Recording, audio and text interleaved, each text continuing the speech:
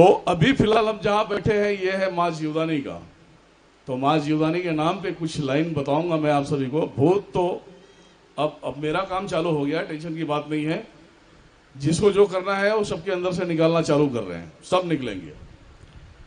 जीवदानी माता, यहां सबसे बड़ी बात है जीवदानी माता का, और हर एक प्रकार की जितने 52 पीठ है, सारे माताओं को अपनी पहचान खुद से बतानी पड़ती है।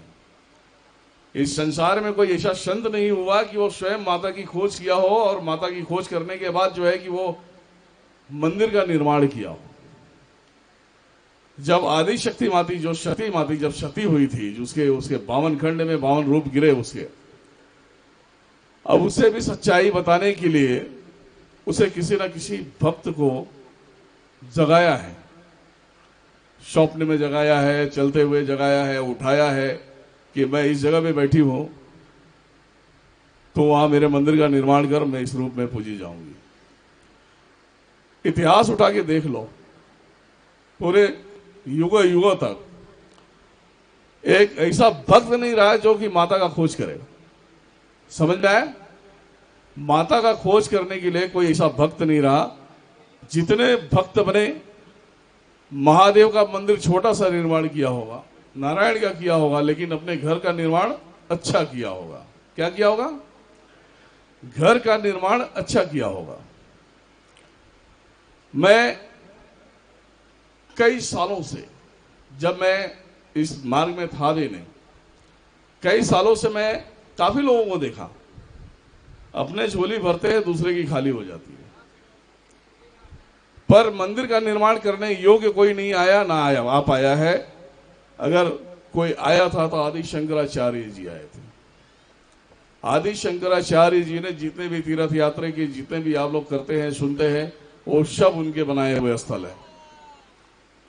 आदि शंकराचार्य महादेव की भक्ति करते रहे, पूरे इंडिया में सनातन सत्य की झंडे को गाड़ते रहे, और वो जब सोचे कि भैया मैंने पूरे इंडिया में तहलका मचा दिया है, महादेव नारायण का हमने मंदिर बनाया, लोगों के अंदर जो है कि विश्वास को बढ़ाया, सारी चीजें हो गई, उनको काशी में जाने की दिल कर दिया कि मैं काशी जाऊं। काशी में जब आदि शंकराचार्य जी चल रहे थे, जाने के समय में रास्ते में महादेव झाड़ू मारने वाले का रूप धारण किया। महादेव उनकी परीक्षा ले रहे थे। आदि शंकराचार्य जी सामने से चल के आ रहे थे, महादेव झाड़ू मार रहे थे, और वो आदि शंकराचार्य जी से उनके मुंह से टूटियां निकलती, अरे तू क्या कर रहा है? मैं आ रहा हूं, मैं चल रहा हूं, तुझे दिखता भी नहीं है। और बहुत कुछ बोले थे, लेकिन वो सब सारी चीजें बोलना उचित नहीं होगा। महादेव झाड़ू मारते हुए ऐसा देखा, तुरंत जो है आदि शंकराचार्य पैर में गिर पड़ा। आदि शंकराचार्य पैर में गिर पड़ा, बोले हे महादेव,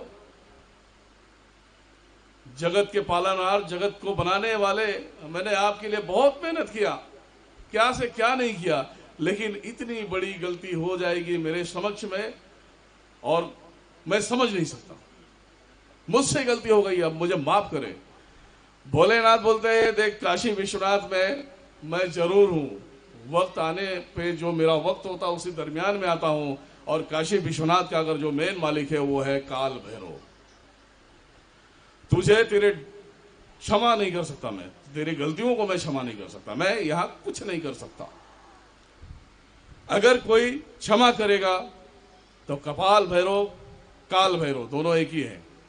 कपाल जहां पे ब्रह्मा जी का शर गिर गया था, अपने नाखून बिंद्र से उन्होंने ब्रह्म का एक तालाब बनाया, कपाल मोचन। और उस समय जब काशी में भैरव जी जब भ्रमण करते हुए गए, मुंड छूटा, उस समय उनका जो हाइट था 52 फीट का था, 52 फीट का हाइट था।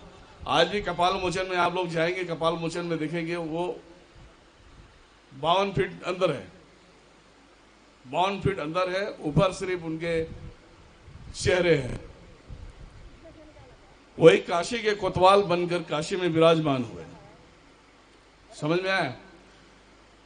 तो सारे लोगों की अहंकार किसी का भी नहीं टिकता। अहंकार जिसने भी किया, अहंकार उसका चूर हो जाता है। मेरा बोलने का मतलब यह है कि हम बहुत कुछ करते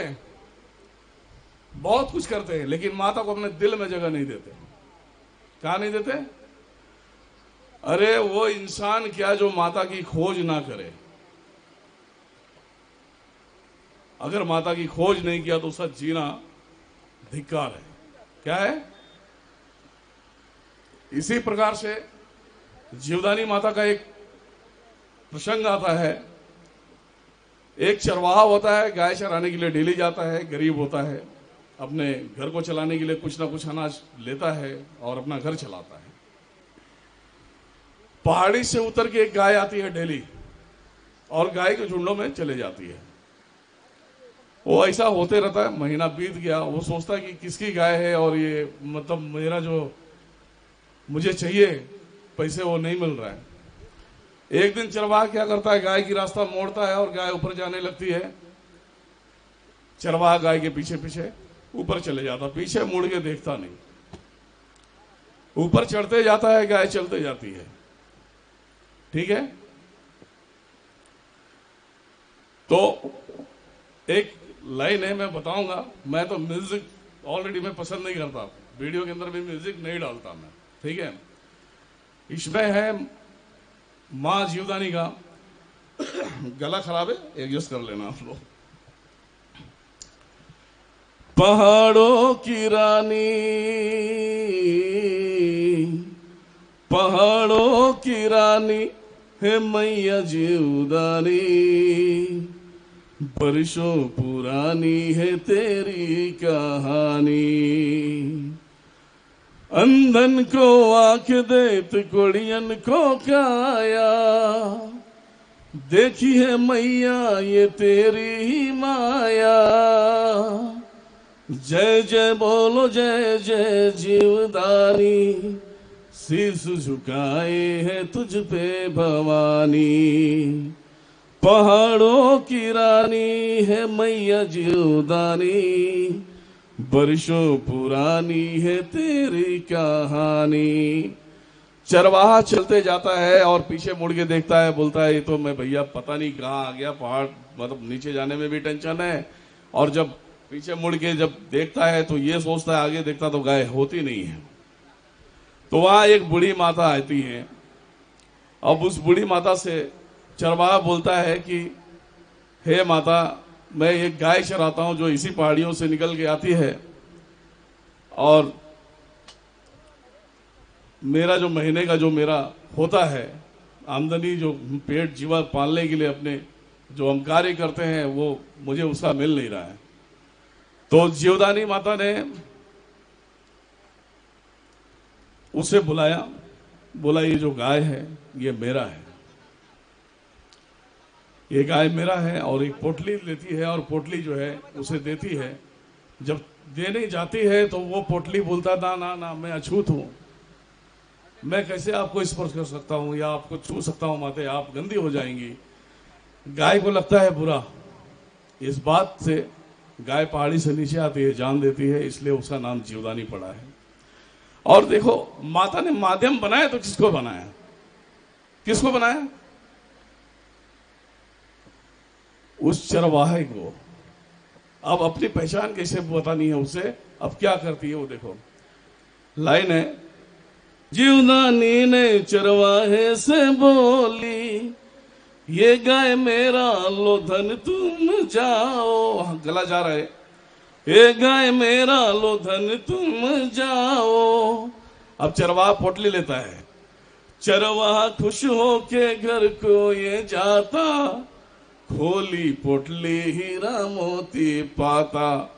अब चरवाहा जब घर पे जाता है और पोटली खोलता है तो देखता है हीरा मोती। अब हीरा मोती में जब ध्यान देता है तो मैया नजर आ जाती है। ठीक है?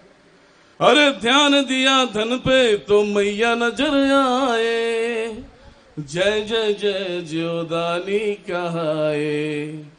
तो ये जीवदानी माता का जो भक्त था, चरवाहा था, उसे हजम नहीं होता है, दुनिया को लेके जाता है। और वहां पे माता विराजमान होती है। तो बोलने का अर्थ है कि हर इंसान को माता के लिए जगह देना चाहिए। संसार माता का है, अगर माता नाराज हो गई तो ब्रह्मा विष्णु महेश कोई तुम्हारे काम के नहीं। ये हमेशा लिख लेना।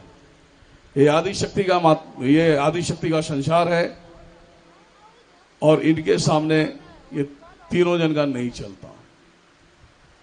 तो इसीलिए बोलते हैं कि कथा कीर्तन जागर भयो संत भयो मेहमान, होगर प्रभु डेरा कीना होगर वैकुंठ समान। सब लोग बोलो, कथा कीर्तन जागर भयो,